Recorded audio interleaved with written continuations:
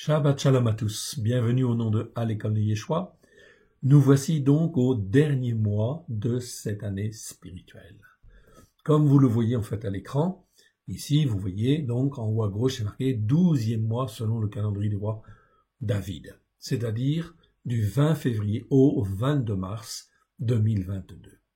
Donc nous allons faire là donc l'introduction au prochain Shabbat, l'introduction à la 18e paracha, que vous voyez là, en fait, à l'écran apparaître, 18e paracha, Mishpatim, ça veut dire les jugements. Ce sont, en fin de compte, ici, les premiers jugements ou les jugements justes que l'Éternel souhaite voir dans le cœur et la vie des gens. Et c'est en fait là pour montrer l'exemple. Donc ça, c'est extrêmement important. Cette paracha nous apprend à être justes, à avoir des jugements justes. C'est donc là très important. C'est là donc toujours des principes, des symboles. C'est donc là extrêmement important. Car devant Dieu, eh bien, en fin de compte, Dieu nous forme au travers de Christ Yeshua, son Fils bien-aimé, afin que nous puissions être justement dans ces jugements justes et dans, en fait, la justice par la foi. C'est extrêmement important. Nous n'avons pas étudié tous ces versets-là, mais on le verra. Donc là, on rentre déjà, en fin de compte, dedans. C'est donc en fait extrêmement important. Donc nous allons faire ici l'introduction à cette paracha. Et pour cela, nous allons utiliser Jérémie 24. Jérémie 24, ce sera l'introduction à cette paracha Mishpatim qui aura lieu donc au Shabbat prochain. Le passage de Marc que nous allons voir dans le mardi prophétique, ce sera Marc chapitre 14, versets 66 à 72. On verra cela en temps voulu. Pour le moment, je m'arrête quelques instants encore sur, en fin de compte, ce 12e mois. Comme vous le voyez en bas de la page, eh bien, le 20 mars, vous voyez un encadré en rouge, ce sera l'équinoxe du printemps. L'équinoxe, en fin de compte, du printemps, cela veut dire, effectivement, que c'est là, en fait, où les jours, le jour, en fin de compte, est égal à la nuit. Ok, bon, je reviens sur mon calendrier.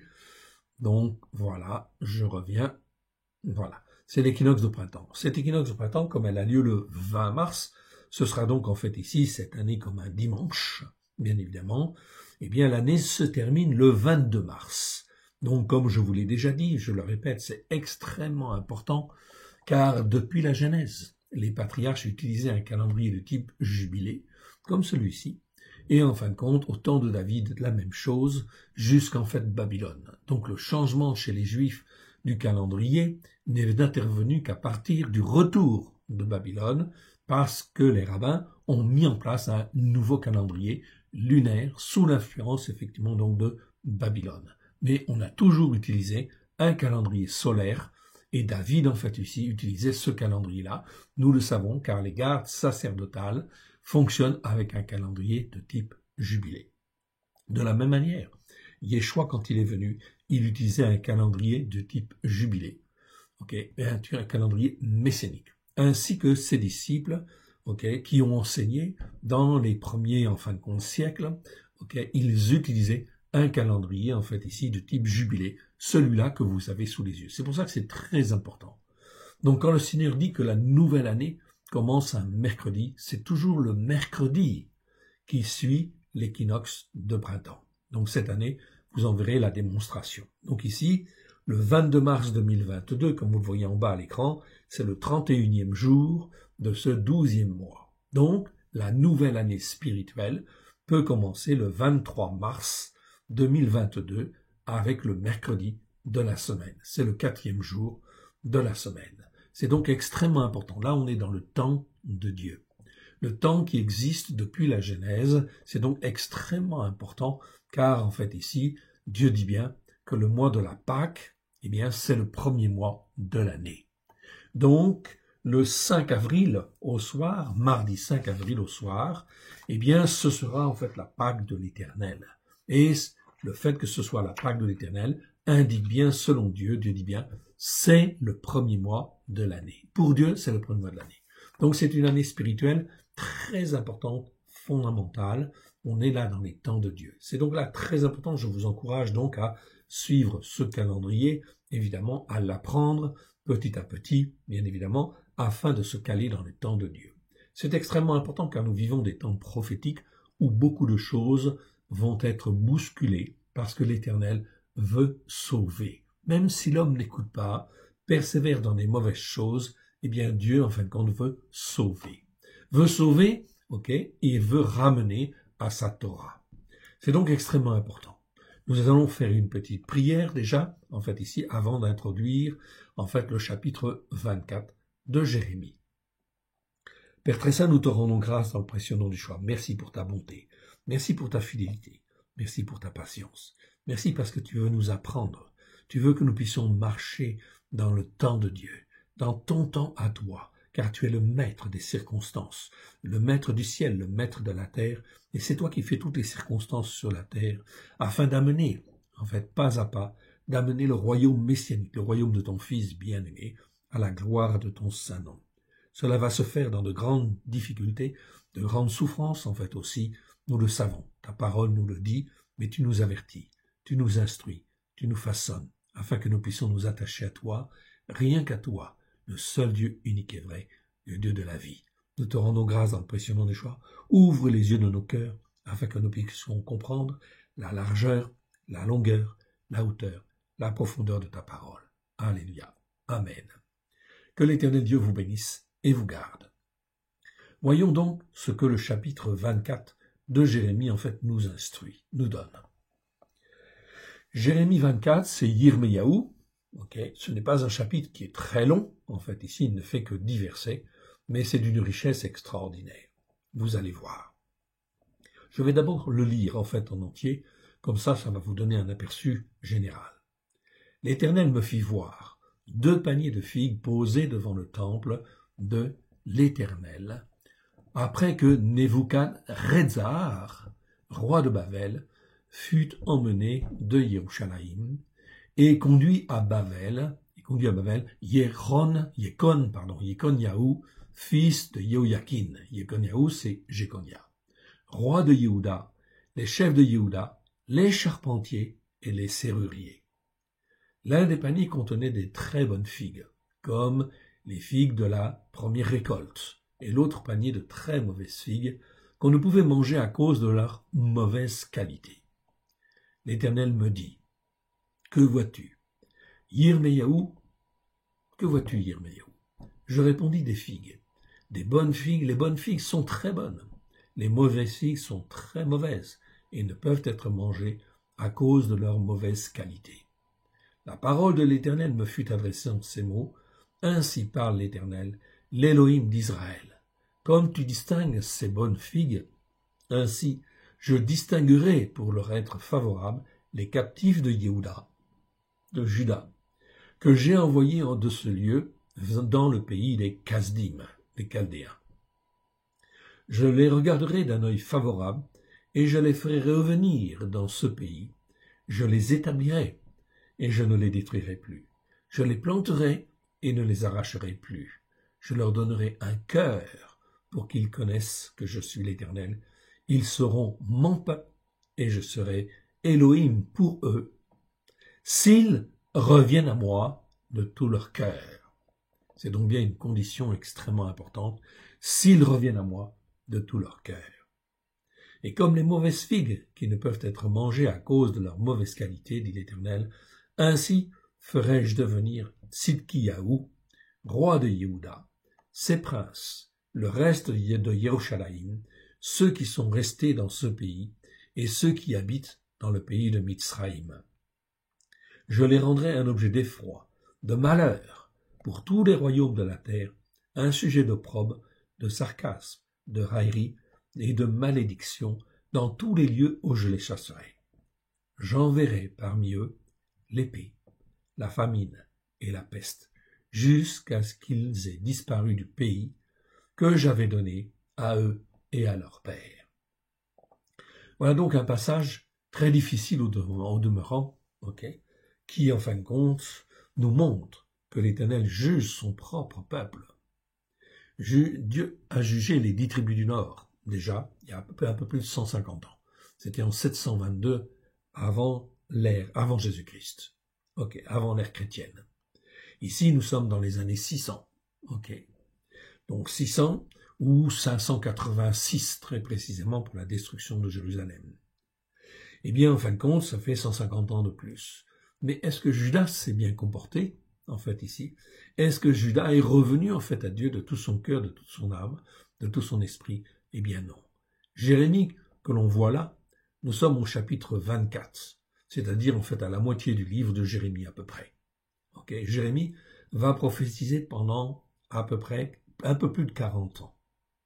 Et, en fait, pendant 40 ans, il n'aura de cesse que de rappeler, en fait, ici, au peuple et au roi, qu'il faut revenir, en fait, à la Torah, l'écouter et la mettre en pratique. C'est donc extrêmement, extrêmement important, ok, et fondamental devant Dieu. Dieu n'a donné qu'une seule Torah, non seulement aux Juifs, mais aussi à toutes les nations. Voilà pourquoi ce chapitre 24 de Jérémie nous parle de ce que Dieu a fait hier, mais nous parle au niveau prophétique de ce que Dieu est en train de faire aujourd'hui. On est dans la même situation spirituelle. Est-ce que les croyants, qu'ils soient orthodoxes, qu'ils soient catholiques, qu'ils soient protestants, qu'ils soient évangéliques, est-ce qu'ils sont en fin de compte sur la Torah, les prophètes et les psaumes? Est-ce qu'ils sont bien posés ou est-ce qu'ils ont en fait interprété les Écritures et ils ont fait en fait leur religion en fait à côté?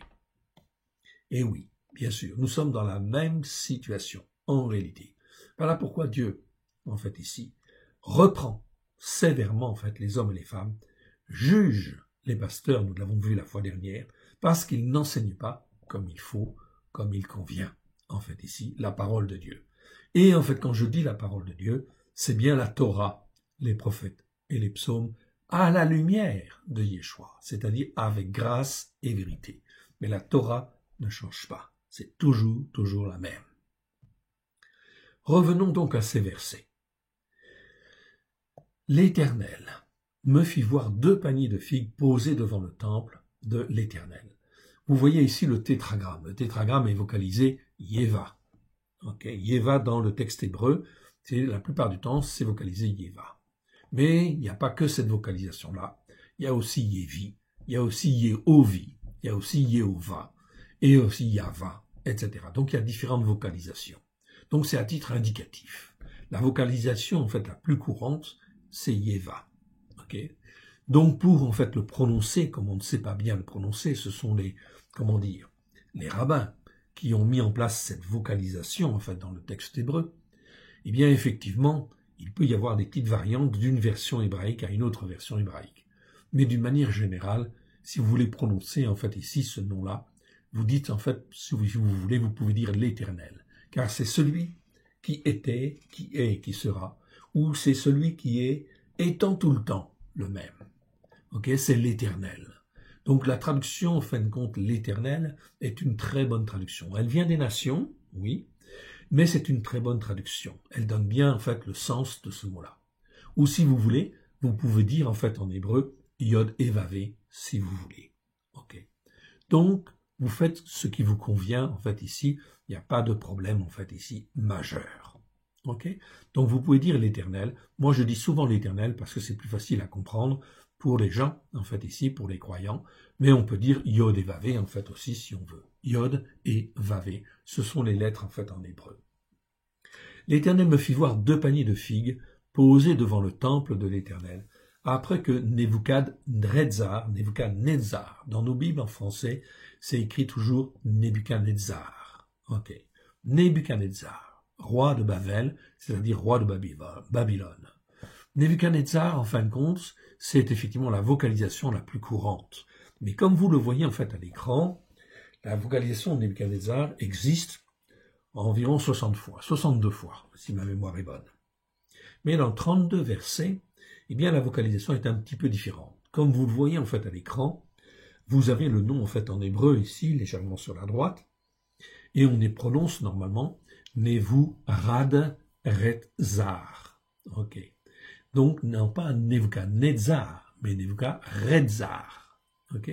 C'est-à-dire qu'en fin de compte, vous voyez ici, ce n'est pas un nun, mais c'est un resh que l'on voit en fin de compte au milieu du nom. Donc 3 lettres changent.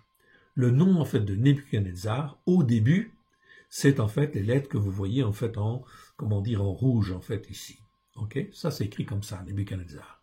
Mais au cours de sa vie, Nebuchadnezzar, eh bien, en fin de compte, il va changer quelque part. Ok, souvenez-vous, en fin de compte, de Daniel. Ok, Daniel, en fin de compte, intervient auprès de Nebuchadnezzar, puis, en fin de compte, à un moment donné, eh bien, il va reconnaître quand même que l'Éternel est Dieu. Donc, en fait, ici, c'est certainement, en fait, en réalité, la raison pour laquelle le nom change, en fait, ici, de vocalisation. Donc, on va trouver un vav en plus, ce sont les lettres, en fait, en bleu. On va trouver un resh, et on va trouver un aïn, pardon, un aleph. Ok. Donc, ces trois lettres montrent que le personnage a changé, c'est-à-dire qu'il n'est plus, en fait, un simple roi des nations, mais, en fin de compte, il devient un roi qui reconnaît l'Éternel comme étant le Tout-Puissant et qui va agir pour le compte de l'Éternel. Donc, on va trouver dans, en fin de compte, 32 versets, cette vocalisation, en fait, là. C'est un changement de personnage. En réalité, on va trouver dans la Bible un verset qui nous dit dans Jérémie, chapitre 4, verset 7, le lion, ok, voilà, je l'agrandis un petit peu, donc là, Jérémie 4, 7, vous le voyez en fait en rouge ici, au milieu, le lion s'élance de son taillis, le destructeur des nations est en marche. Au travers de ça, l'Éternel donne pouvoir à Nebuchadnezzar, qui devient Nebuchadrezzar, et qui devient en fin de compte l'homme le plus puissant du monde, afin de tester l'obéissance et la soumission en fin de compte des hommes. Oui, à sa volonté, bien évidemment. Donc là, on voit quelque chose de très important, Dieu qui intervient dans un homme, afin qu'il puisse prendre le pouvoir, en fait ici, et en fin de compte, servir Dieu quelque part, servir les desseins de Dieu. Or, les desseins de Dieu, nous les connaissons, oui. Nous les connaissons, c'est la venue du règne messianique, oui bien sûr. Mais avant, effectivement, que le règne messianique ne vienne, que l'Éternel Dieu n'institue Yeshua comme Seigneur sur toute la terre, eh bien il y a l'Antichrist qui va venir.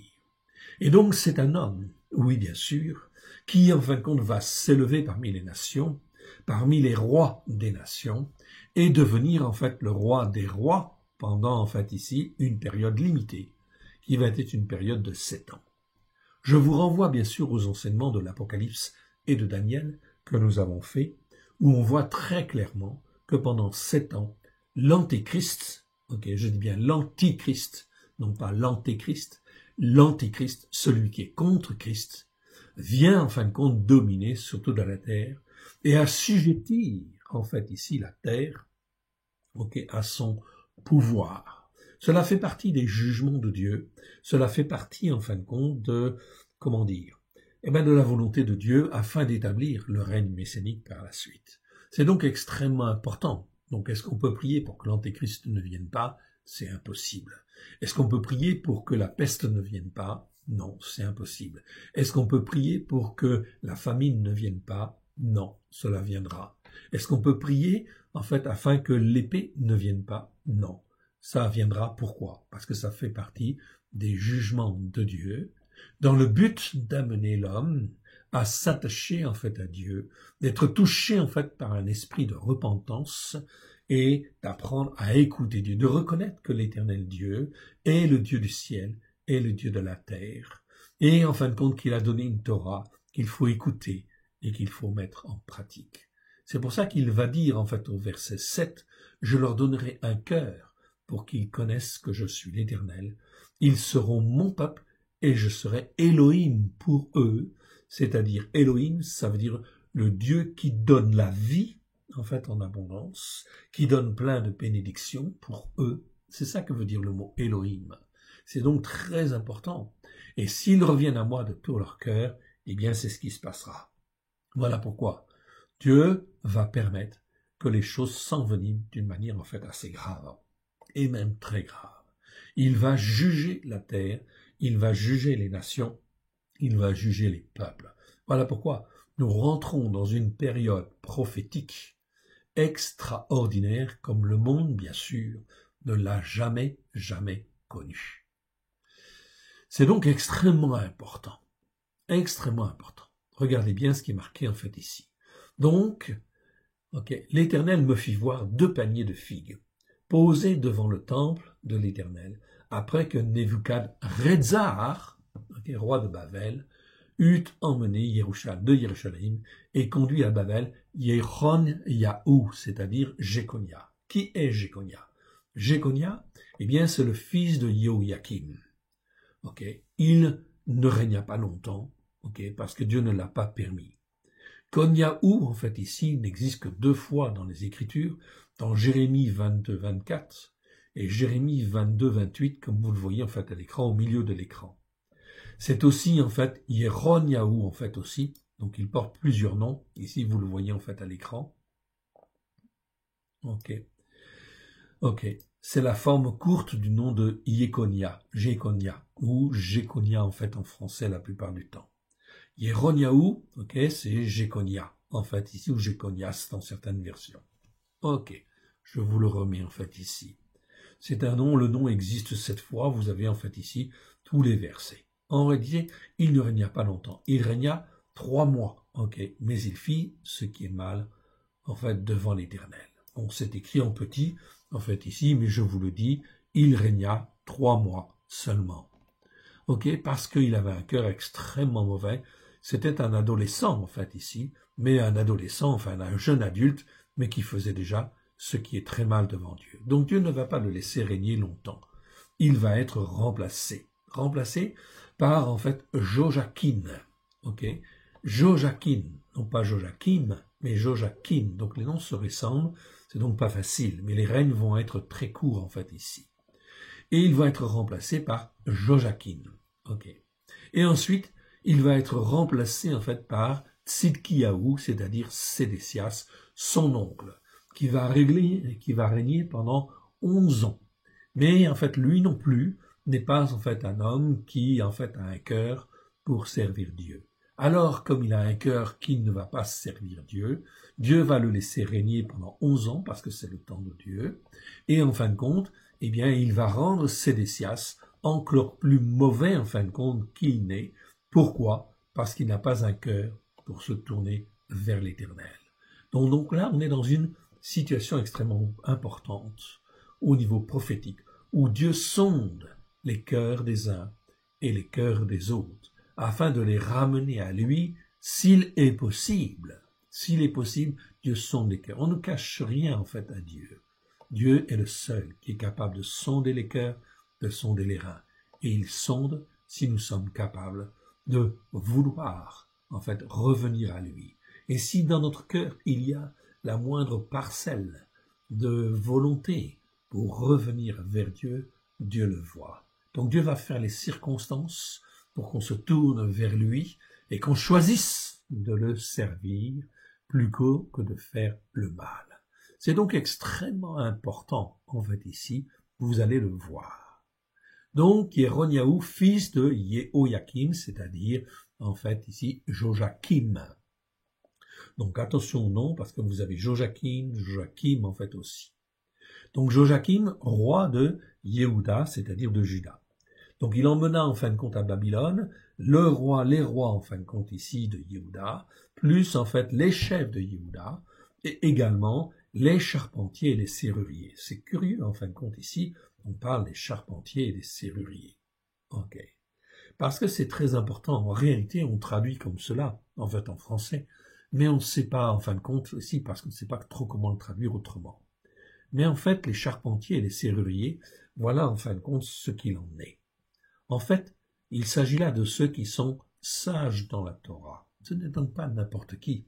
C'est pas simplement les charpentiers qui font des charpentes, non. Ou les serruriers qui font des serrures, non, pas tout à fait. En réalité, Rachi avait déjà donné l'explication. Rachi, c'est un commentateur juif de la tradition juive qui a vécu au Moyen-Âge. Et en fin de compte, il a beaucoup de bon sens et il savait expliquer en fait la profondeur de certains mots ou de certains versets. C'est un des commentateurs les plus célèbres. Il n'avait pas tout vu, mais il avait des choses qu'il avait vues et il avait un cœur sincère pour Dieu. En fait, il disait, il s'agit là de ceux qui sont sages, en fait, dans la Torah, ou ce sont les sages de la Torah pour façonner, graver, forger les croyants. Donc on peut dire charpentier ou encore forgeron. C'est-à-dire c'est ceux qui font la forme, qui font la structure en réalité des hommes ou des croyants.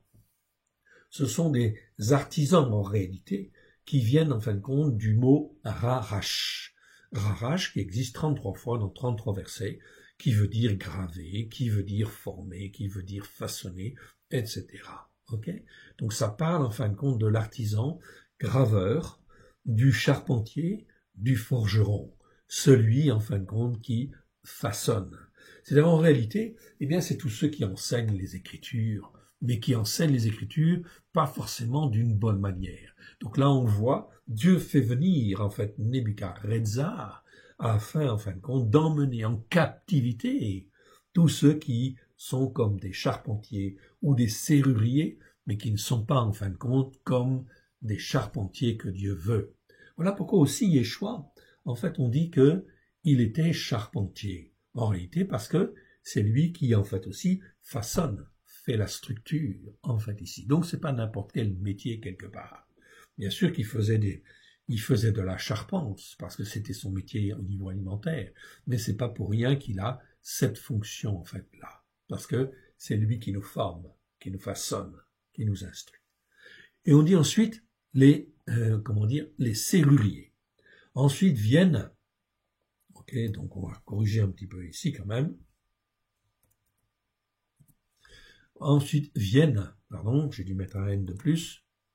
Ok, viennent, non, il y a bien un, c'est ça. Ensuite viennent ceux qui affermissent, qui verrouillent sur la vérité. C'est pour ça qu'en fait en français les traducteurs y traduisent par serrurier, en fait. Ça vient du mot masguer.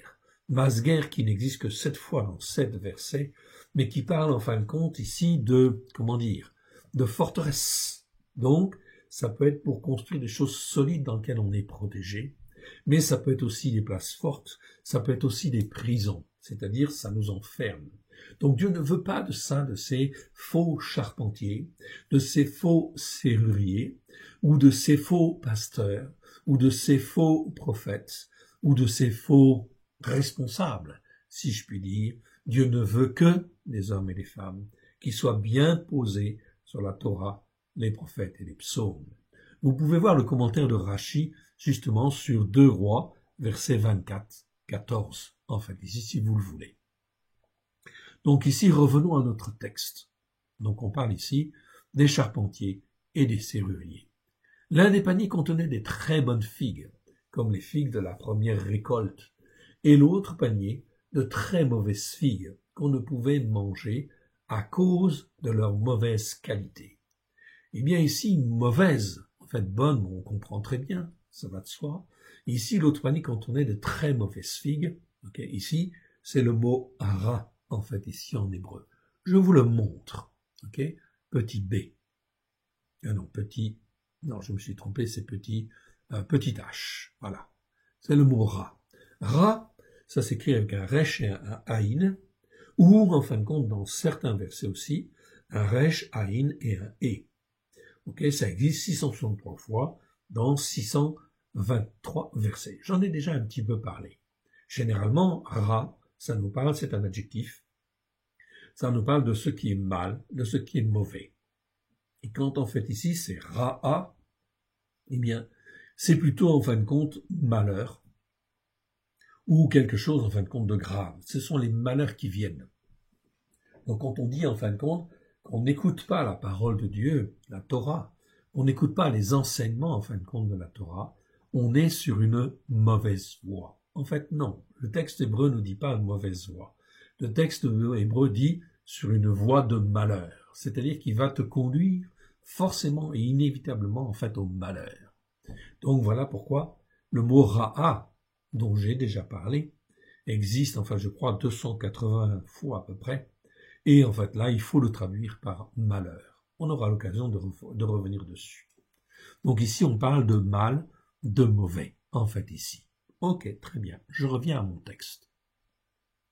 Donc ici, Jérémie 24, verset 2. L'un des premiers contenait de très bonnes figues, comme les figues de la première récolte. L'autre panier de très mauvaises figues. Donc ici, très mauvaises, c'est le mot ra.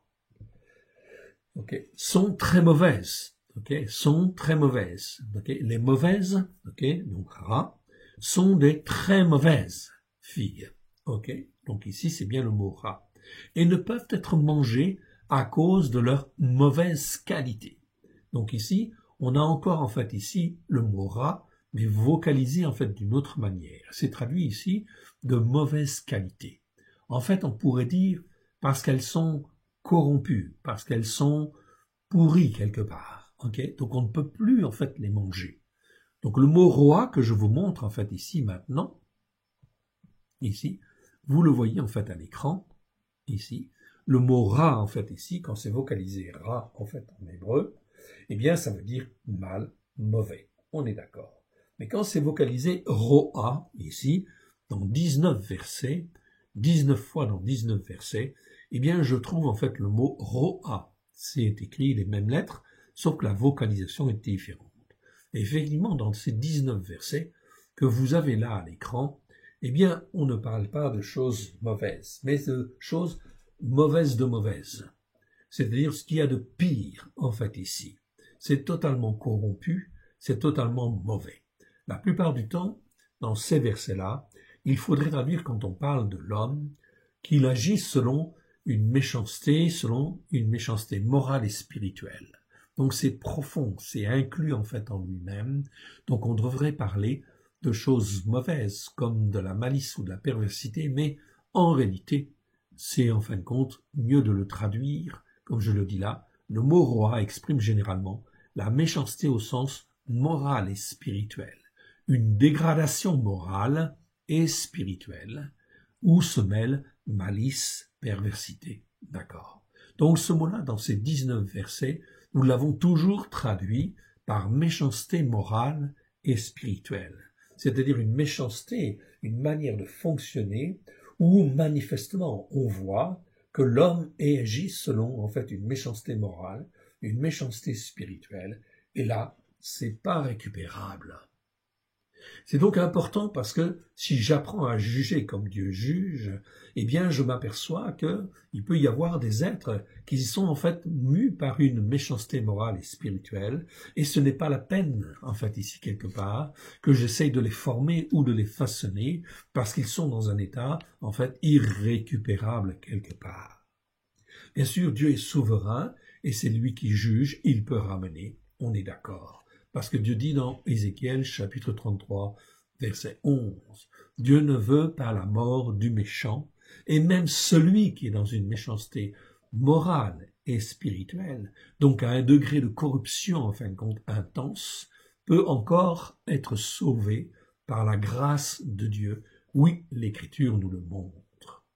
On le voit dans ces 19 versets, voilà pourquoi je voudrais au moins en fin de compte vous les nommer, en fait ici, afin que vous puissiez les voir dans vos Bibles, en fait ici, et faire les corrections si besoin est. Ce mot roa nous parle donc de méchanceté morale et spirituelle chez les hommes. Ce mot-là est utilisé lorsqu'on parle en fin de compte de figues, qui sont de mauvaise qualité, mais on parle en fait aussi de vaches laides, de vaches laides ou affreuses. Quand en fait on voit au temps de Pharaon, Joseph, dans son rêve, eh bien voit des vaches qui sont laides. En réalité, elles sont affreuses, elles sont de très mauvaise qualité, à tel point qu'on ne peut rien en faire. C'est ce que l'on va trouver en fait ici. Mais c'est aussi l'expression de la laideur physique extrême, avec les vaches tellement laides qu'elles sont décrites comme affreuses dans certains versets, dans certaines traductions. Genèse 41, 19, ou encore la très mauvaise qualité des figues qui ne peuvent être mangées, comme dans Jérémie chapitre 24, verset 2, verset 3, verset 8, verset 17. Voici les 19 versets où se trouve le mot hébreu roa. Genèse 41, verset 19, où on parle là des vaches aussi affreuses, etc. Mieux que laide, en fait, ici, quelque part. Mais sachez que le mot laide, ici, c'est en fait mauvais de mauvais, ou c'est vraiment, en fait, affreux. Deutéronome 28, 20, là, on parle de la méchanceté des actions. Non, c'est pas tout à fait méchanceté des actions, c'est la méchanceté morale et spirituelle des actions. C'est pour ça que c'est mieux de changer, car effectivement, de mieux changer le mot, en fait, ici, méchanceté, par méchanceté morale et spirituelle, pour dire que c'est vraiment inclus, en fin de compte, dans le cœur de cet homme. Ok. 1 Samuel 17, 28. Eliab accuse son frère David de malice dans son cœur, c'est-à-dire de tromperie, en fait, ici, de choses, ok, de méchanceté, comment dire, morale et spirituelle. Ok, David n'est pas, en fin de compte, comme ça, pas du tout. Donc là, on voit que ça ne colle pas, et on est d'accord. On continue, dans Néhémie, chapitre 2, verset 2. Ok, Néhémie a le cœur rempli de tristesse. Ok, rempli parfois, le mot, en fait, est traduit ici, curieusement, par tristesse. Il faudrait revoir quand même, en fait, ici, comment dire, la traduction, ok, pour trouver quelque chose de mieux. Le mot tristesse ne convient pas, en fait, ici. Ok, il était triste à mourir, ou il était, en fin de compte, je ne sais pas comment il faudrait le traduire, il faudrait retravailler, en fin de compte, ici, certainement, ce verset-là. Psaume 28, verset 4. Là, ici, on dit malice de leurs actions. Non, c'est la méchanceté morale et spirituelle de leurs actions. Ecclésiaste 7.3, même chose. Il faudrait certainement revoir la traduction, en fait, ici, de ce verset. Ok, je ne l'ai pas fait, je n'ai pas eu le temps de le faire. On verra, en fin de compte, à un moment donné. Ici, on parle d'un visage triste. Ok, mais c'est pas triste. Donc, on le traduit comme cela, parce que les traducteurs ne savent pas comment le traduire, moi non plus, également, pour le moment. Ésaïe, chapitre 1, verset 16. Là, on parle de la méchanceté morale et spirituelle des actions, en fait, aussi, ok, des hommes. On va trouver aussi très souvent ce mot-là, roa, en fait, ici, dans Jérémie, bien sûr, Jérémie 4.4, où l'on parle là encore de la méchanceté de vos actions. C'est-à-dire, on parle là de la méchanceté morale et spirituelle des actions. C'est donc quelque chose qui est vraiment profondément ancré dans le cœur. Jérémie 21, 12, même chose, on parle là de la méchanceté de vos actions, c'est la méchanceté morale et spirituelle. Donc, vous pouvez, dans chacun de ces versets, rajouter, en fait, méchanceté morale et spirituelle. Car il y a d'autres mots pour dire méchanceté, en fait, aussi, tout court, si je puis dire, où on peut utiliser le mot rat, tout simplement, ou, en fin de compte, rachat, par exemple, en fait, aussi, ok, ça nous parle effectivement de méchanceté. Ok. Ici, Jérémie 23.2. Donc là, méchanceté de vos actions. Méchanceté morale et spirituelle de vos actions. Jérémie 23.22. Ok, là, on parle de la méchanceté morale de vos actions, en fait, encore ici. Jérémie 24.2, c'est celui, en fin de compte, dont on parle dans ce chapitre-là. De la méchanceté, en fait, ici, morale. Pardon. On parle de la mauvaise qualité, en fait, ici, bien sûr, des figues. Donc, en fait, on peut dire d'une qualité corrompue et irrécupérable. Quelque chose, en fin de compte, de grave, de mauvais. Ok. Jérémie 24.3, même chose, on va parler là de la mauvaise qualité, en fait, des figues. Le mot est faible, mais on parle de la corruption ou de la pourriture, en fait, ici, qui déjà, en fin de compte, est là. Donc, c'est la qualité corrompue et irrécupérable, en fait, de la figue.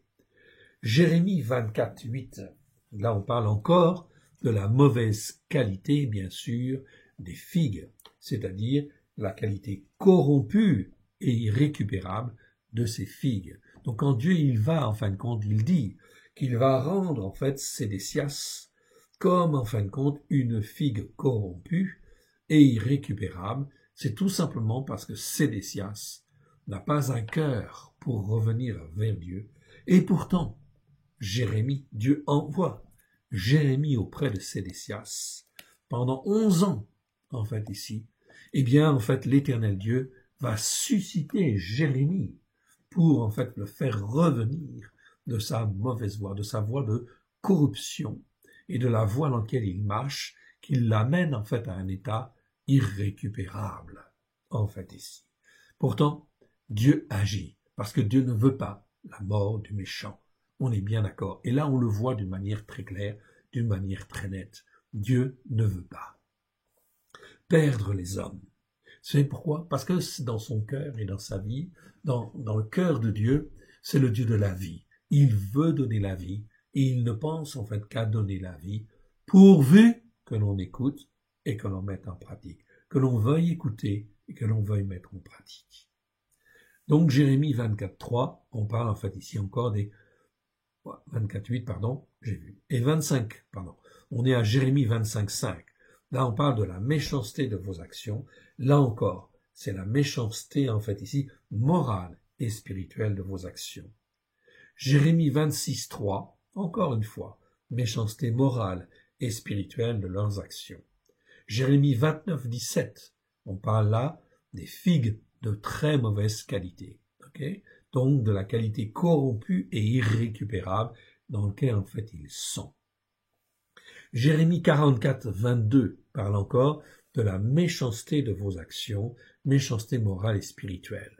Et dans Osée, en fait, c'est le dernier en fait verset, ok, Osée, chapitre 9, verset 15, où là c'est traduit dans la version seconde par malice de leurs œuvres. Non, c'est la méchanceté morale et spirituelle de leurs œuvres. Ok, c'est donc très important de bien comprendre en fin de compte ça, parce que nous devons faire attention. Nous sommes responsables de ce que nous faisons et de ce que nous sommes en réalité devant Dieu. Donc ici, voilà, verset 3, je répète. L'Éternel me dit, que vois-tu Jérémie? Je répondis, des figues. Les bonnes figues sont très bonnes et les mauvaises sont très mauvaises et ne peuvent être mangées à cause de leur mauvaise qualité. La parole de l'Éternel me fut adressée en ces mots, ainsi parle l'Éternel. L'Éternel, l'Élohim d'Israël. L'Élohim, ça veut dire celui qui veut donner la vie, qui ne cesse de vouloir donner la vie pour que les gens soient formés, façonnés, rentrent dans un jugement juste et puissent recevoir bénédiction sur bénédiction. Donc attention à la manière dont nous jugeons en fait ici. Ça, c'est donc extrêmement important. C'est pour ça que Dieu dit, pardonnez à ceux qui vous ont offensés. Ok. Donc ici, le Dieu d'Israël, comme tu distingues ces bonnes figues, ainsi je distinguerai, pour leur être favorable, les captifs de Yehuda que j'ai envoyés de ce lieu dans le pays des Kasdim. Kasdim, ce sont les Chaldéens. Donc les captifs sont emmenés, et parmi ces captifs, Dieu va encore sonder les cœurs, sonder les reins, il les met dans l'épreuve, en fait, ici, pour qu'ils se posent les bonnes questions. Et peut-être, en fait, eh bien, il y en a qui vont se poser les bonnes questions, dire, mais oui, mais on n'a pas écouté comme il fallait. Alors, il faut revenir à l'Éternel, écouter et mettre en pratique. Verset 6. Je les regarderai d'un œil favorable. Et le Seigneur dit encore, si effectivement je vais sonder leur cœur, je vais sonder leurs reins, je vais les mettre dans une situation difficile, oui, mais je vais sonder leur cœur. Et il dit, je les ferai revenir dans ce pays. Je les établirai et je ne les détruirai plus. Je les planterai et je ne les arracherai plus. Voilà une promesse en fait ici de restauration extraordinaire qui même alors que Jérusalem est brûlée, alors que Jérusalem est détruite, Dieu dit en fait encore ici, je les établirai. Je vais les envoyer en captivité, donc, parce qu'ils n'ont pas écouté, parce qu'ils n'ont pas mis en pratique comme il fallait, mais pour ceux qui reviennent de tout leur cœur, ceux-là, je les établirai. Je ne les détruirai plus, je les planterai et je ne les arracherai plus, en fait, ici. Donc ces verbes, il y a des variantes, en fait, ici, qui sont faites parce qu'il y en a qui sont accomplis. Je les planterai, donc ça va être une certitude, ok, c'est pas à remettre en question, ok. Je les planterai et je ne les arracherai plus, c'est un inaccompli, donc c'est quelque chose qui dure dans le temps. En fait, ici. Je les établirai, c'est un accompli. En fait, ici, en hébreu, ça veut dire que Dieu, il établit, ok, et en fait, il ne remet pas en cause, ok. Il ne remet pas en cause si on écoute et on met en pratique. Voilà pourquoi, quand je donne mon cœur et ma vie à Yeshua, je me repens, eh bien, le Seigneur, qu'est-ce qu'il fait? Il m'établit. Et c'est pour lui, dans sa tête, dans son cœur, c'est en fait quelque chose de permanent, c'est pas à remettre en question. Tu peux faire des erreurs, mais Dieu va te garder, Dieu va te former, Dieu va te façonner, etc., jusqu'à ce que tu sois pleinement dans la bénédiction. Si, du moins, tu reviens en fait à lui. Ok. C'est pour ça qu'il dit ensuite, ils seront mon peuple, ok, et je serai Elohim pour eux. Il dit pas, je serai votre Dieu. C'est pas écrit votre Dieu en hébreu. je serai Elohim pour eux, c'est-à-dire je serai le Dieu qui donne la vie, le Dieu qui guérit, le Dieu qui sauve, le Dieu qui en fait rend parfait, qui façonne, qui apprend aux hommes et aux femmes à avoir en fait un jugement juste devant lui et à marcher par la foi. Très important. Ok, très important. Verset 8. Et comme les mauvaises figues, mauvaises c'est le rat, en fait ici, on l'a vu tout à l'heure, les mauvaises qui ne peuvent être mangées à cause de leur mauvaise qualité, ro'a, de leur qualité corrompue, de leur perversité, de leur état de corruption, si je puis dire, dit l'Éternel, ainsi ferai-je devenir Tzidkiyahu, roi de Yehuda, ses princes et le reste de Yerushalayim, ceux qui sont restés dans ce pays et ceux qui habitent dans le pays de Mitzraïm. Pourquoi? Parce qu'une partie d'entre eux sont partis, se sont enfuis en Mitzraïm, parce qu'ils savaient en fait au travers de Jérémie ce qui allait arriver en fait à Jérusalem. Alors certains sont partis et ont pris la poudre d'escampette et sont partis en fait en Égypte tout simplement, en fait croyant en fait ici fuir en fait ici le jugement de Dieu. Non, ça ne sert à rien. Ok. Donc Tzidkiyahu, roi de Yehuda, ok, pendant 11 ans, Jérémie, je dis bien 11 ans, Jérémie a été là pour en fait intervenir, dire en fait roi de Juda, tu dois revenir à l'Éternel. Il a eu des moments où il est revenu, mais en fait il a flanché, etc. Ok, il n'est pas resté ferme pour revenir vers Dieu. Voilà pourquoi il faut savoir ce qu'on veut. Est-ce que je veux être avec Dieu ou est-ce que je veux me laisser entraîner par les choses de ce monde, en fait ici, ou en fait ici, par en fait ici les princes qui sont autour de moi, etc. Non, ok, il faut être déterminé dans la parole de Dieu, à vouloir écouter Dieu et rester en fait attaché à Dieu. Donc Tzidkiyahu, ses princes et le reste de Yerushalayim, ceux qui sont restés dans ce pays et ceux qui habitent dans le pays de Mitzraïm. Donc vous voyez, ici les jugements de Dieu, on ne peut pas échapper. Voilà pourquoi, en fait, ici, le Seigneur dit ici, je les rendrai un objet d'effroi, de malheur. Donc là, c'est le mot ra'a, en fait, ici, que vous voyez là, ici, que je vous ai montré tout à l'heure. Ok, ra'a, ok, je vous le remontre. Voilà. Ok, donc le mot ra, ça veut dire mal, mauvais, et ra'a, en fait, ici, qui est dans la classification second, toujours 07451, sous le numéro 07451, mais c'est une erreur, on ne distingue pas les deux mots. Or, en fait, ici, nous les avons distingués, et en fin de compte, je vous l'ai donné déjà dans un enseignement précédent, nous avons ra'a, ça nous parle de malheur, en fait, ici. Le malheur, en fait, qui vient suite à la désobéissance, suite à l'insoumission, qui persévère en fin de compte dans le temps. Ça, quand ça persévère dans le temps, eh bien on est sur une voie de malheur, qui conduit au malheur. Je les rendrai un objet d'effroi, dit l'Éternel, de malheur, pour tous les royaumes de la terre. Pourquoi pour tous les royaumes de la terre? Pour montrer que l'Éternel Dieu est le maître de la terre et est le maître du ciel. Ici, en fin de compte, on montre un exemple. L'Éternel montre un exemple. Il a jugé son propre peuple, Israël, et il a jugé Juda. Parce que Juda n'écoutait pas, eh bien, a été emmené en captivité. Mon frère, ma sœur, c'est prophétique. Cela nous annonce, en fait, ici, à tous les royaumes de la terre, que Dieu va faire les choses et les circonstances pour, en fin de compte, tous les royaumes de la terre. Oui, nous sommes dans les temps, ce qu'on appelle les temps de la fin. Il y a donc en fait un temps de repentance qui doit être annoncé, ok? Car le règne de Dieu est proche. Repentez-vous, car le règne de Elohim, le règne de Dieu, est proche. Le règne de Dieu sur la terre est proche. Voilà pourquoi il y a toute une phase de travail, de préparation qui va se faire dans le but d'amener à la repentance les hommes et les femmes, mais pas seulement les hommes et les femmes, les royaumes, les peuples de la terre, ok, les royaumes de la terre. Pour tous les royaumes de la terre, un sujet d'opprobre, de sarcasme, de raillerie, de malédiction dans tous les lieux où je les chasserai. Donc malédiction, ok. Israël a été en fait maudit, chassé parmi les nations, et en fait ici a subi la kelala, c'est-à-dire la malédiction. Eh bien, en fin de compte, tout ça c'est un exemple, Oui, bien sûr. C'est un exemple, bien évidemment, qui montre, en fait, ici, vous le voyez, Kelala. C'est un mot qui existe 33 fois dans 33 versets. Ça nous parle de malédiction. Oui. Donc, je ne vais pas vous donner les 33 versets, je vais simplement vous citer les versets qui se trouvent en compte dans la Torah, en fait, elle-même. Donc, on trouve le mot Kelala dans Genèse 27, verset 12, où Yaakov dit « je ferai venir sur toi la malédiction », en fait, ici. Jérémie 27, 13, là c'est Rivka, que cette malédiction retombe sur moi, dit-elle. Elle ne devrait pas dire ce genre de choses.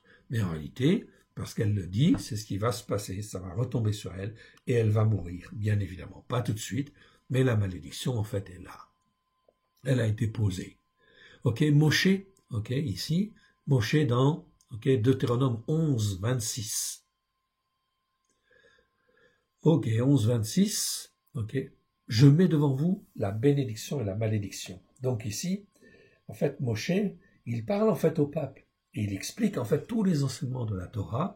Il dit en fin de compte tout ce qui est bénédiction et tout ce qui est malédiction. Voilà pourquoi. Ça ne change pas. C'est valable pour le peuple juif, mais c'est valable pour tous les peuples des nations, en fait aussi, ok, sur la terre. Car la Torah a été donnée aux Juifs, mais aux Juifs pour que les Juifs puissent la transmettre aux nations, à toutes les nations, oui bien sûr. Et ce qui est bénédiction, ce qui est malédiction est malédiction. Voilà pourquoi, au travers de la Torah, le Seigneur, les enseignements de la Torah, le Seigneur met devant nous ce qui est bénédiction et ce qui est malédiction. Ok. La quatrième fois, en fait, ici, dont on parle, dans Deutéronome 11, 28, la malédiction si vous n'obéissez pas, etc. Ok. Donc là, c'est très clair.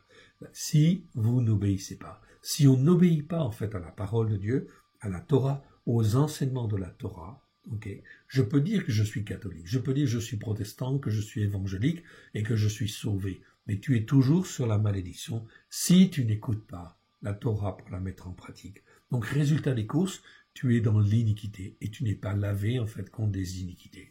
Voilà qui est grave, parce que ça veut dire que si tu persévères dans ce sens-là, eh bien, en fait, tu es sur une voie de malheur qui va te conduire au malheur. Deutéronome 28, 45.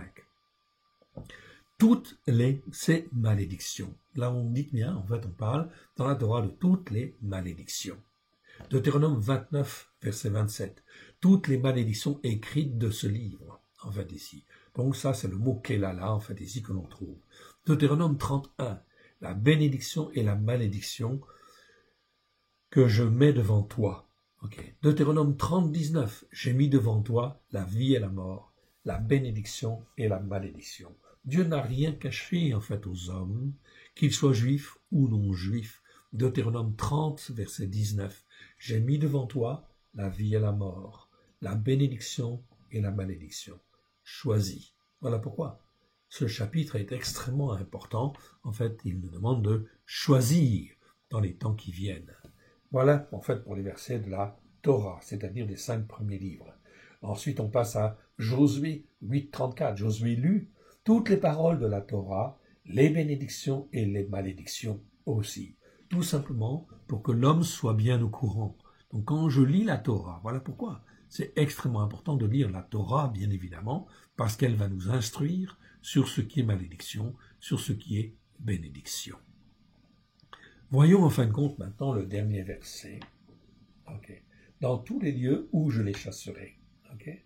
Donc ici, objet de raillerie et de malédiction, dans tous les lieux où je les chasserai. C'est donc extrêmement bien important de comprendre que peu importe l'endroit où je me trouve dans le monde, eh bien je suis concerné. Verset 10.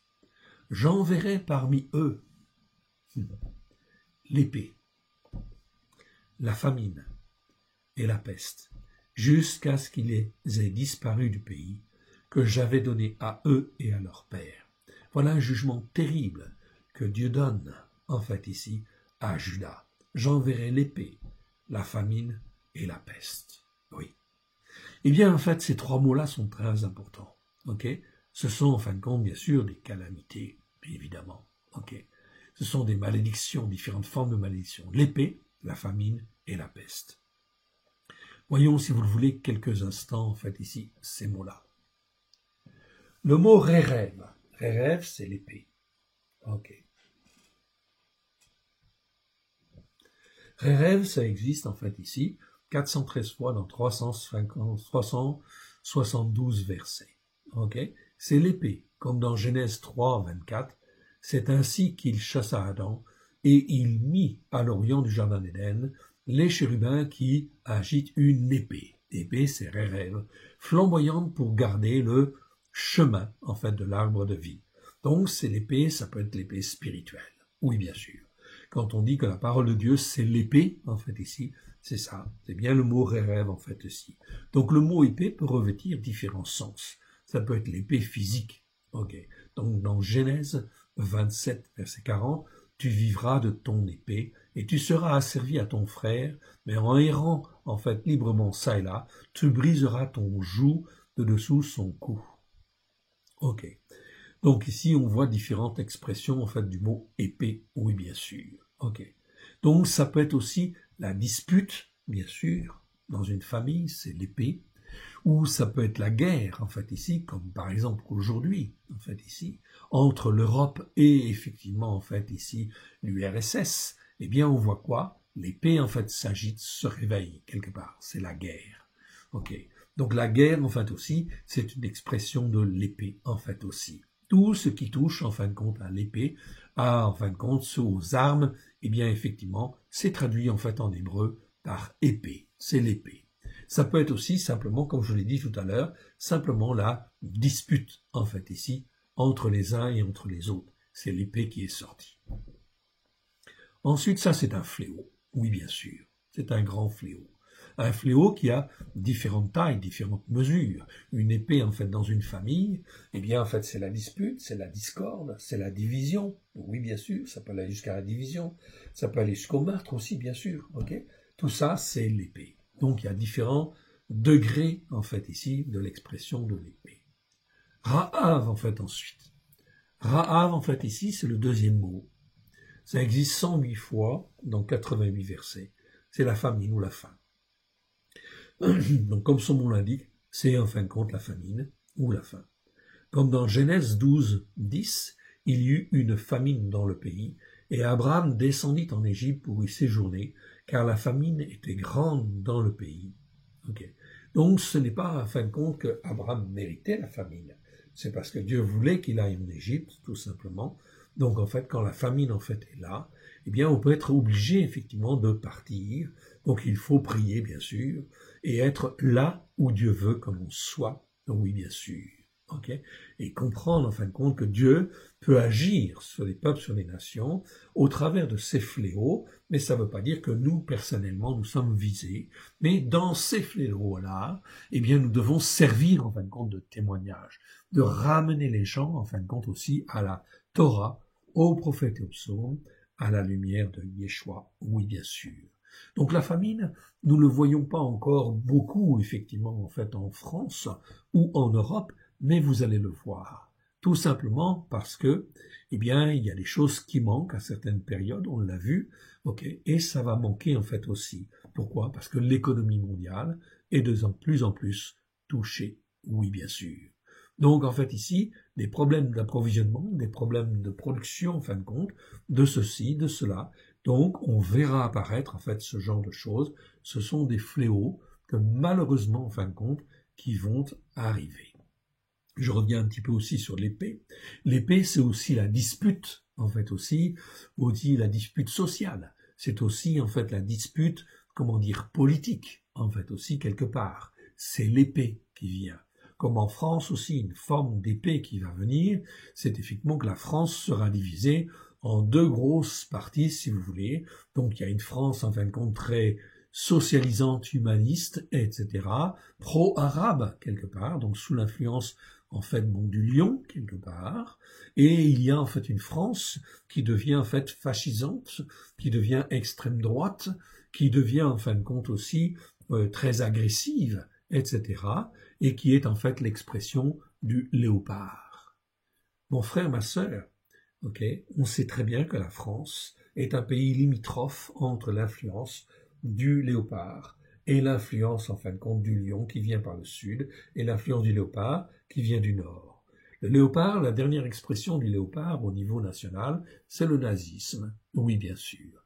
Et en fait, partout en Europe, eh bien, nous serons sous l'influence, effectivement, du nazisme ou de l'extrême droite, si je puis dire. Mais la France, en fin de compte, est un pays limitrophe de l'influence arabe, donc de l'influence du lion, ce qui veut dire que la France sera un pays, étant un pays limitrophe, eh bien, il y aura quelque part guerre ou dispute ou discorde grave au niveau politique sur la France, oui, bien sûr. Donc, cela va venir, et vous le voyez, vous allez le voir au travers des élections qui viennent, c'est en fait ici les prémices qui en fait se montrent. Donc, est-ce que je dois être pour un parti ou pour l'autre? Non, bien sûr, en fait ici. Donc, il faut être sage, en fait ici, dans ce que l'on a à faire. Dans le but, c'est d'être un témoin de la parole de Dieu.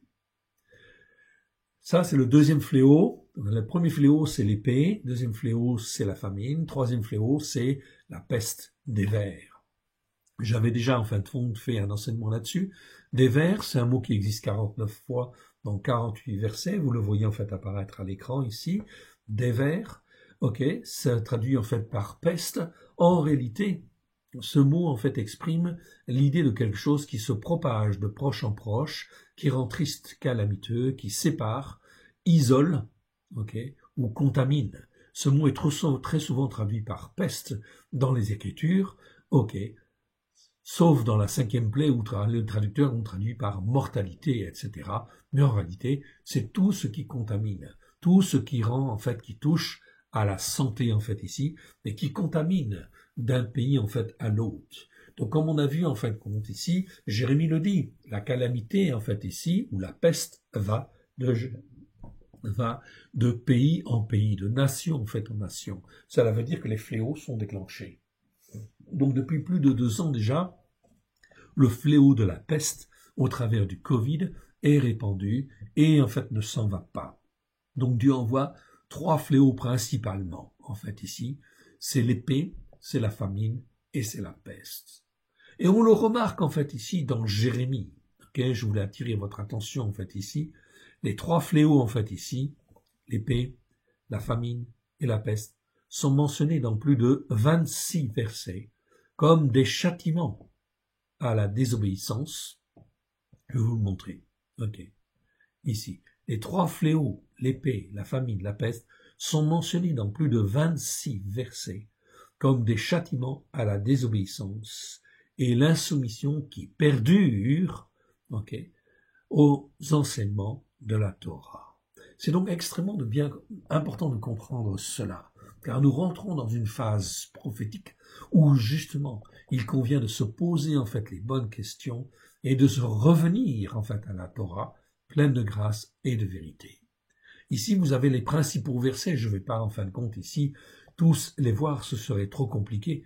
Je voudrais en fait ici m'arrêter sur certains versets, notamment dans Jérémie.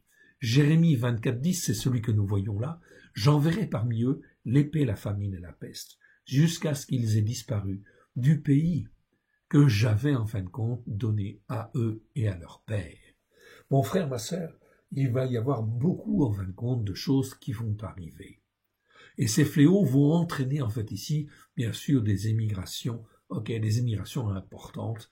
Oui, bien sûr, il faut être là où Dieu veut que l'on soit, afin de témoigner de ce qu'il veut, en fait, ici, de ce qu'il veut que l'on fasse, c'est-à-dire de faire les œuvres que lui a préparées d'avance. Lorsque Dieu nous appelle, eh bien, il nous donne des œuvres, en fait, à faire. Et voilà pourquoi c'est très important d'obéir, de dire « Parle, Seigneur, ton serviteur écoute ». Et il faut faire les œuvres que Dieu a préparées d'avance. Jérémie 27:8. Si une nation, si un royaume ne se soumet pas à lui, à Nebuchadnezzar, roi de Babylone, et ne livre pas son coup au joug de Babylone, je châtierai cette nation par l'épée, par la famine et par la peste, dit l'Éternel, jusqu'à ce que je l'ai anéanti par sa main.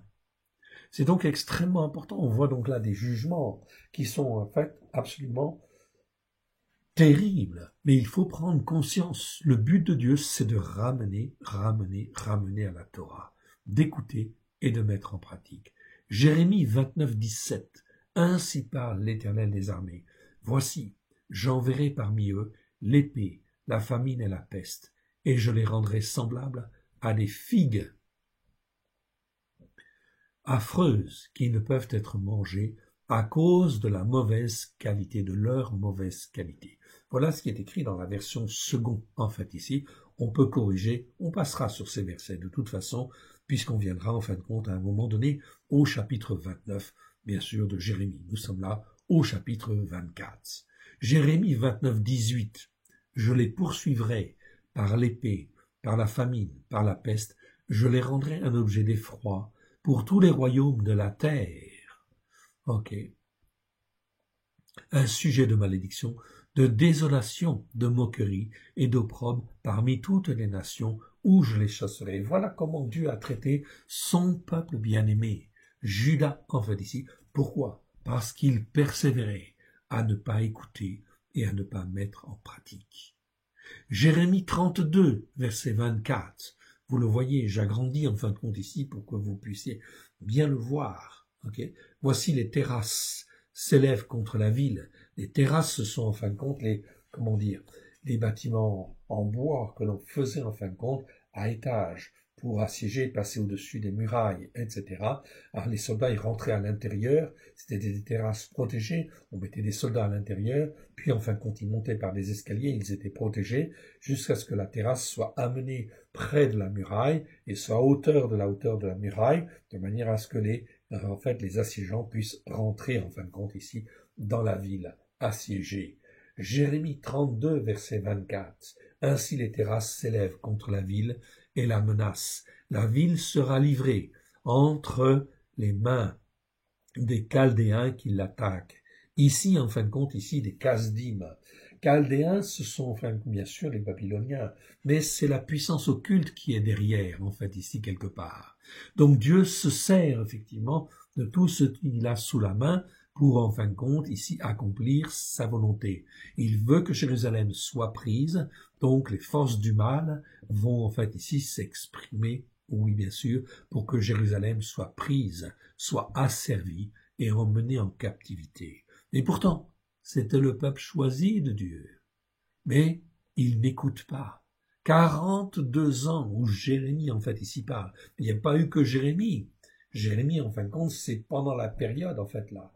42 ans, Jérémie, il parle, revenez, repentez-vous car le règne de Dieu est proche. Voilà ce que le Seigneur est en train de dire aujourd'hui, en fait ici, avant que, en fait ici, nous soyons livrés, effectivement, et que l'ennemi nous attaque, que la puissance occulte au travers des Chaldéens, en fait ici, des Kasdim, en fait, nous touche. Donc ça peut être n'importe qui, en fait ici, bien évidemment.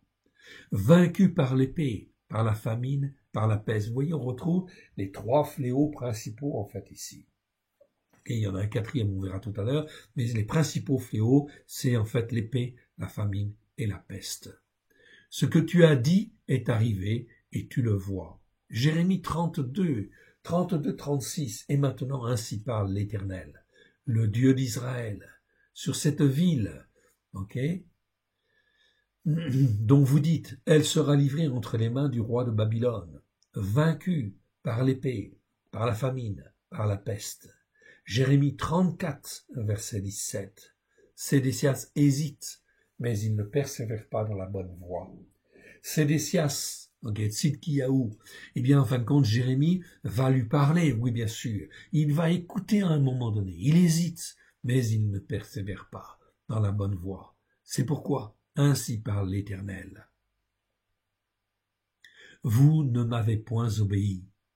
En publiant la liberté chacun pour son frère, chacun pour son prochain, voici, je publie contre vous, dit l'Éternel, la liberté de l'épée, la liberté de la peste, ok, la liberté de la famine, et je vous rendrai un objet d'effroi pour tous les royaumes de la terre, pour tous les royaumes de la terre. Donc, vous voyez, en fin de compte, ici, le jugement, en fin de compte, de Dieu contre, en fait, Jérémie, hein, contre Judas, en fait, ici, qui, en fin de compte, ici, n'écoute pas la parole de Dieu pour la mettre en pratique.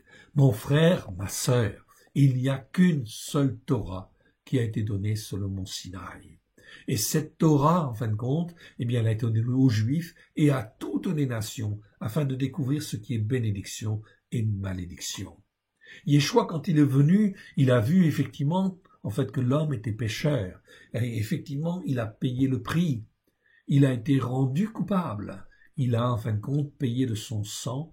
Tous nos péchés, nos transgressions, nos iniquités ont été lavés, purifiés, afin que nous puissions écouter la parole de Dieu, la Torah, pleine de grâce et de vérité, et la mettre en pratique. Oui, bien sûr, nous avons été rachetés par le sang de l'agneau, mais la Torah n'a jamais été changée.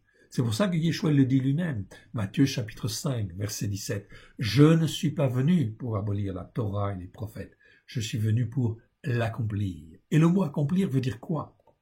Le mot veut dire accomplir, ça veut dire remplir les cœurs des uns et des autres de la Torah magnifique de l'Éternel, les enseignements de l'Éternel, avec grâce et vérité. Remplir les cœurs qui le veulent, qui sont disposés, en fait ici. Très important. Jérémie 38, 2. À celui qui refuse de se rendre au dominateur choisi par l'Éternel. À l'époque, il y avait des hommes et des femmes qui ne voulaient pas se rendre. Donc Dieu a dit, en fait ici, au travers de Jérémie, il faut vous rendre, en fin de compte, à Nebuchadnezzar, parce que c'est l'homme que j'ai choisi pour dominer, en fait ici, sur le monde. Si vous ne refusez de vous rendre, alors le Seigneur dit, ainsi par l'Éternel, celui qui restera de cette ville mourra par l'épée, par la famine, et par la peste.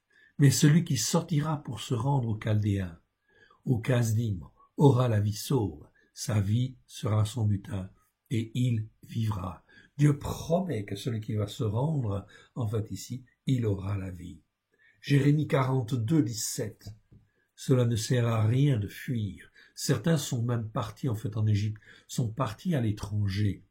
Est-ce que nous devons partir à l'étranger, en fin de compte, parce qu'il y a la famine en France, ou parce qu'il y a ceci, parce qu'il y a l'épée, en fait, en France, parce qu'il y a le conflit, en fait, entre, en fait, le lion et le léopard, entre ceux qui sont pro-fascisants, si je puis dire, et ceux qui sont, en fait, qui ne le sont pas, en fait, ici? Non, en fait, ici. On doit être là où Dieu veut que l'on soit, pour faire les œuvres que lui a préparées d'avance. Jérémie 42, 17. À tous ceux qui tourneront le visage pour aller en Égypte, afin d'y demeurer, mourront par l'épée, par la famine ou par la peste. Et nul n'échappera, ne fuira devant les malheurs que je ferai venir sur eux. Jérémie 42, verset 22. Vous pouvez voir en fait ici tout le contexte, là je ne vais pas le voir, mais vous pouvez le voir, c'est verset 19 à 22. Je vais simplement citer le verset 22. Yirmiyahu, le prophète, parle encore et répète et dit, reste de Juda, l'Éternel vous dit, n'allez pas en Égypte, sachez que je vous le défends aujourd'hui. Vous vous trompez vous-même. J'avais écrit en fait de toute façon. Vous vous trompez vous-même, car vous m'avez envoyé vers l'Éternel, votre Dieu,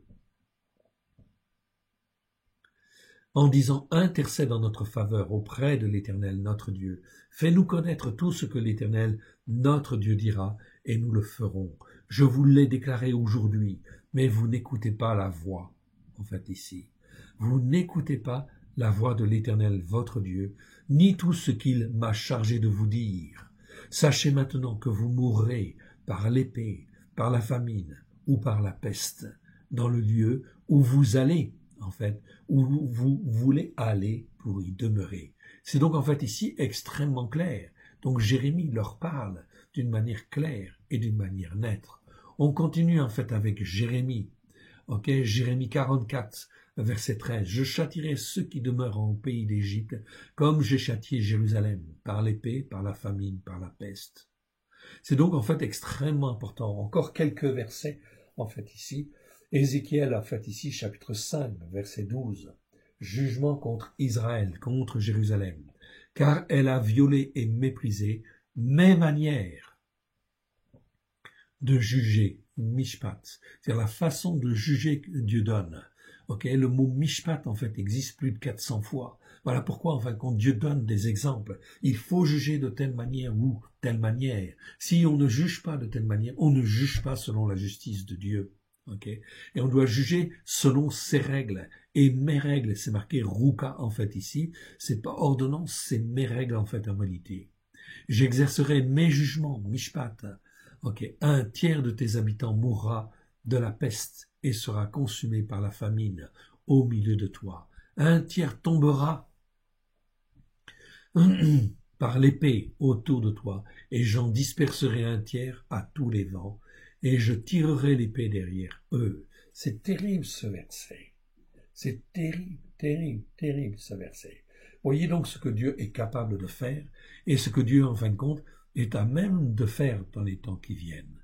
Voilà pourquoi il convient de revenir, parce que c'est un Dieu terrible, d'écouter et de mettre en pratique. J'ajouterai la famine à vos mots, Ézéchiel 5, 17.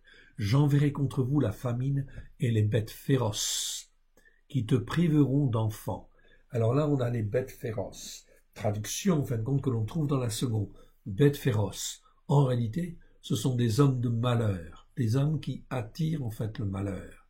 C'est-à-dire, ce sont des dirigeants ou des gens qui ont une forte influence, qui, en fin de compte, attireront le malheur, qui te priveront d'enfants.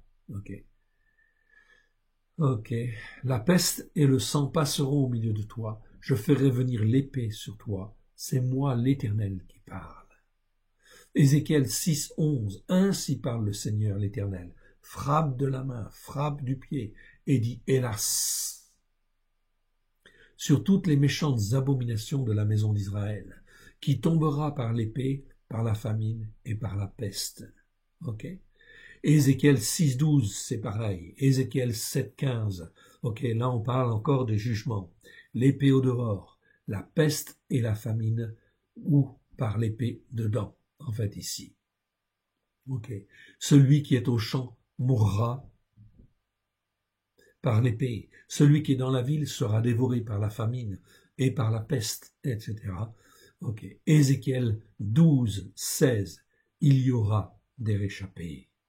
Voilà donc en fait ici, c'est donc terrible tout cela. C'est terrible. C'est terrible ce qui va venir. Ce qui va venir, mais en réalité, le Seigneur nous avertit. Il y aura des réchappés. Voilà pourquoi il convient dès maintenant de se poser les bonnes questions. L'année spirituelle commence dans un mois, en fait, ici. Ne manquez pas ces 4 Shabbats qui restent pour nous préparer, pour vous préparer, se préparer à la nouvelle année spirituelle qui vient. Il y aura des réchappés, Ézéchiel 12, 16. Mais je laisserai d'eux quelques hommes qui échapperont à l'épée, à la famine et à la peste, afin qu'ils racontent toutes leurs abominations parmi les nations où ils iront, et ils sauront que je suis l'Éternel. Ézéchiel 14, verset 21, on va terminer par ce verset. Malgré les 4 châtiments, donc on a parlé jusqu'à maintenant de 3 fléaux ou 3 châtiments, mais en réalité on peut en parler de 4 en réalité, il y en a un 4e. Mais malgré tout cela, il y aura toujours un reste. Oui, ainsi parle l'Éternel. Quoique j'envoie contre Jérusalem mes 4 châtiments terribles, l'épée, la famine, les bêtes féroces et la peste, en fait ici, pour en exterminer les hommes et les bêtes, il y aura en fait un reste. Voilà donc en fait ici quelque chose d'extraordinaire. C'est un passage prophétique, un enseignement prophétique extrêmement dur, mais qui nous prévient en fait aussi, qui nous avertit des choses difficiles, très difficiles, qui viennent. On va terminer par une petite prière. Père très saint, nous te rendons grâce en le précieux nom du choix. Ta parole est la vérité. Nous voici devant toi comme un rien. Nous nous couvrons du sang précieux de l'agneau. Nous invoquons les mérites de l'agneau. Que ta parole pénètre dans chacun de nos cœurs. oui, dans chacune de nos vies, à la gloire de ton Saint-Nom. Transforme-nous, façonne-nous, fais de nous, Seigneur, des hommes et des femmes debout, afin de pouvoir parler, témoigner, faire les œuvres que toi tu as préparées d'avance, car tu es le Dieu de la vie et tu veux sauver. Que nous puissions être témoins, Seigneur, de ta parole, à la gloire de ton Saint-Nom. Nous voici, Seigneur, corps, âme et esprit devant toi. Parle, Seigneur, ton serviteur, ta servante, écoute. Aide-nous, mon Dieu, mon Père, à te faire plaisir. Montre-nous la voie dans laquelle tu veux que nous marchions. Aide-nous à te faire plaisir. Oui, Père très saint, étends ta main bienfaisante, qu'un esprit de repentance puisse toucher les uns, toucher les autres, à la gloire de ton Saint-Nom, et ramener le plus d'hommes et le plus de femmes possible à la gloire de ton Saint-Nom vers toi, vers le trône de ta grâce au travers de Christ Yeshua, ton Fils bien-aimé, à la gloire de ton Saint-Nom. Nous te rendons grâce dans le précieux nom de Yeshua, ton Fils bien-aimé. Que sommes-nous, Seigneur, devant tout ce qui se prépare? Aide-nous, mon Dieu, mon Père, à te faire plaisir. Que ton nom soit béni, honoré, loué toujours et partout. Merci, Père. Merci, Yeshua. Merci, Esprit Saint. Amen. Que l'Éternel Dieu vous bénisse et vous garde dans le précieux nom de Yeshua. Étudiez bien la paracha et en fait écoutez aussi le mardi prophétique. Que l'Éternel Dieu vous bénisse et vous garde. Shabbat shalom à tous. Amen.